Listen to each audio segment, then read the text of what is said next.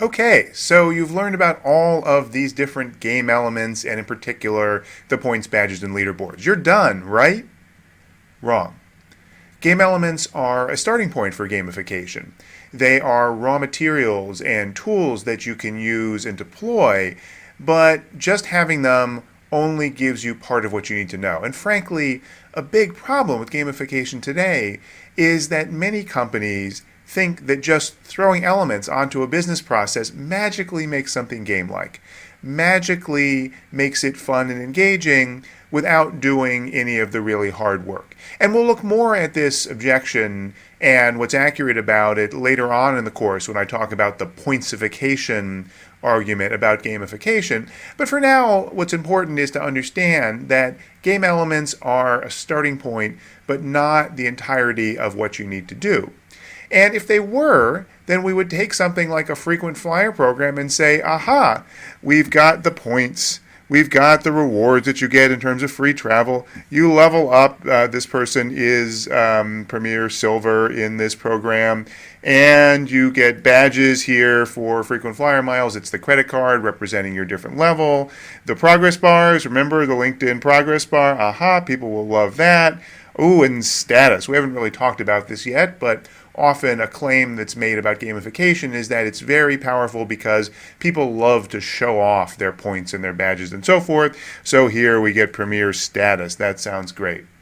Well, that's all there was to it. First of all, most people would spend all of their time just in love with their frequent flyer mile programs and constantly trying to play the frequent flyer mile game, when in fact that's not really how people look at this experience at all. People like getting frequent flyer miles, but they don't think about it necessarily as a really engaging game, except for a fairly small subset of hardcore flyers who do everything they can to optimize against the frequent flyer program.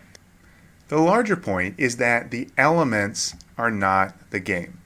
You'll recall earlier I said the experience in the game are different. Well, the elements in the game are different as well. The game, as I showed in that diagram, is the thing in between the elements and the experience. So if you just look at the elements, you say, oh, this site's got badges, great, it's got achievements, great, it's got quests, great.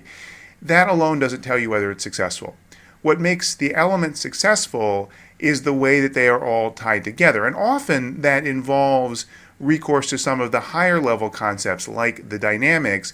You'll notice that points, badges, and leaderboards all exist at the base of the pyramid. They are service level components. So elements themselves don't tell you that the experience is fun and engaging. Second point, if you focus too heavily on the elements, especially on the PBLs, there's a real tendency to overemphasize rewards.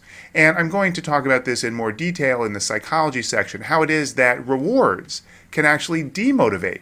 So saying if you do this, you will get either a badge or maybe even a cash prize can actually make people less likely to engage in the activity and less likely to really try their best. But for now, it's sufficient to say rewards are not the same thing as fun. I described different theories of what fun is, and most of them included things other than getting some reward. Fun can be about interacting with friends, it can be about blowing off steam, it can be about solving problems, it can be about exploration. Many different things can be fun. The fact that you received a reward does not necessarily mean that that experience is fun, and the fact that the experience is fun doesn't necessarily mean that there's some reward in it somewhere. And while rewards are not a requirement for the PBL kind of approach to gamification, they tend to be at the center of those kinds of implementations, and that's a flaw. Again, the rewards themselves are not necessarily wrong, but if they're the only thing that the designer focuses on as the objective, then there's a great danger that the system will not actually generate the true results which come from real engagement. And finally, if you have points, badges, and leaderboards in your site, and that's the heart of it, it's likely to look somewhat like every other site that has points, badges, and leaderboards. And that causes two problems. One is users don't necessarily differentiate, and the second is users get burned out. They say, well, I just went through collecting all these badges in this other site. Why do I have to start from scratch and collect these badges here on this site? It's not fun, even though the first time I experienced it, I thought it was cool and it attracted me to play more. So, a couple of common problems with, in particular, too much focus on PBLs and gamification. There are a variety of other reasons to not stop with game elements. And let me give you one example here, and this comes from Google, which is an extraordinarily good and successful company in many ways. But here's something that they implemented which to me has not been that great a success. And it's called Google News Badges. So Google, in the summer of 2011, announced that they would add a gamification feature to Google News. Hey, everyone's doing it. And so what they said was, as you surf around and read news articles in Google News, depending on the subject area of what you read, you would get these badges. This is a basketball badge because I read a bunch of articles about basketball. And these just pop up. There's not a Google News Badges site you go to, you just find them suddenly. You read a bunch of basketball articles. And Google has a whole bunch of reasons why this is good for you. It's a way of keeping track of what you're reading. It's a way of showing people what you're reading. It's a way of showing things to your friends. It's a way of getting some data about how many articles you've read in a certain area compared to everyone else. But none of these to me seem terribly compelling. If I like reading articles about basketball, I don't necessarily need the news badge to tell me I've read a bunch of articles about basketball, and even if it does, so what? The badges also are not really giving me any kind of reward or achievement. They're just there. They're looking like the kind of PBL badges that recognize some accomplishment. But here, the quote-unquote accomplishment is just I happen to read a bunch of articles on the same topic. So it's not clear to me how Google News Badges truly motivates and engages Google News readers to do anything that they wouldn't already do. And indeed, Google recently announced that it had gotten rid of the News Badges feature entirely. So what went wrong?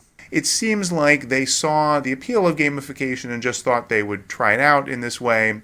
And that's dangerous because it leads you to put things into sites that don't have a direct connection to driving real business value.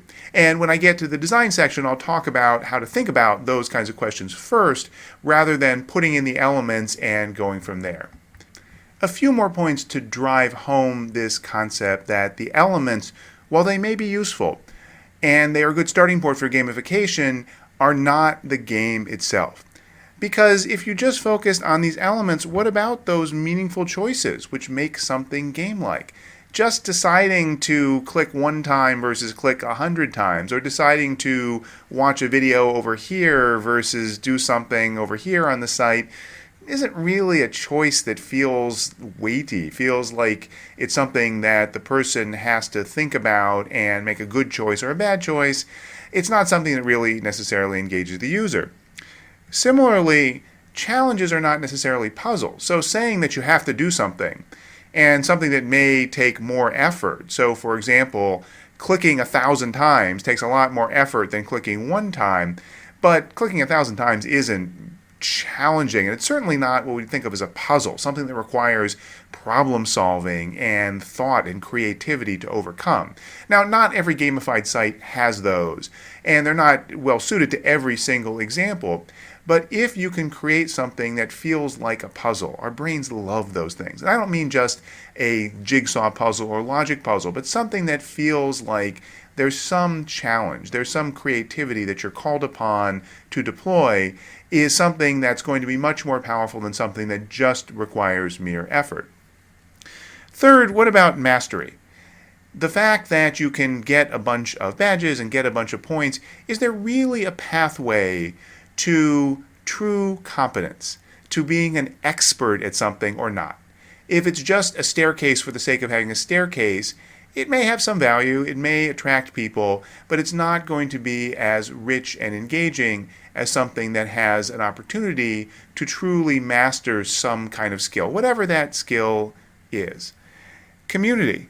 As I talked about a few times, social interactions are tremendously powerful in games, and often these PBL type sites have no notion of interaction with other people. You're just going and collecting things just for its own sake. And finally, people are different. So if there's just one kind of structure that gives people a set of tasks to overcome, is it really going to pull in people with different sorts of motivations, people with different sorts of conceptions of fun? So these are some of the limitations of a purely element-focused approach. I put this whole unit in on game elements because they are important and you need to understand what they are to start down the path of gamification, but you can't stop there.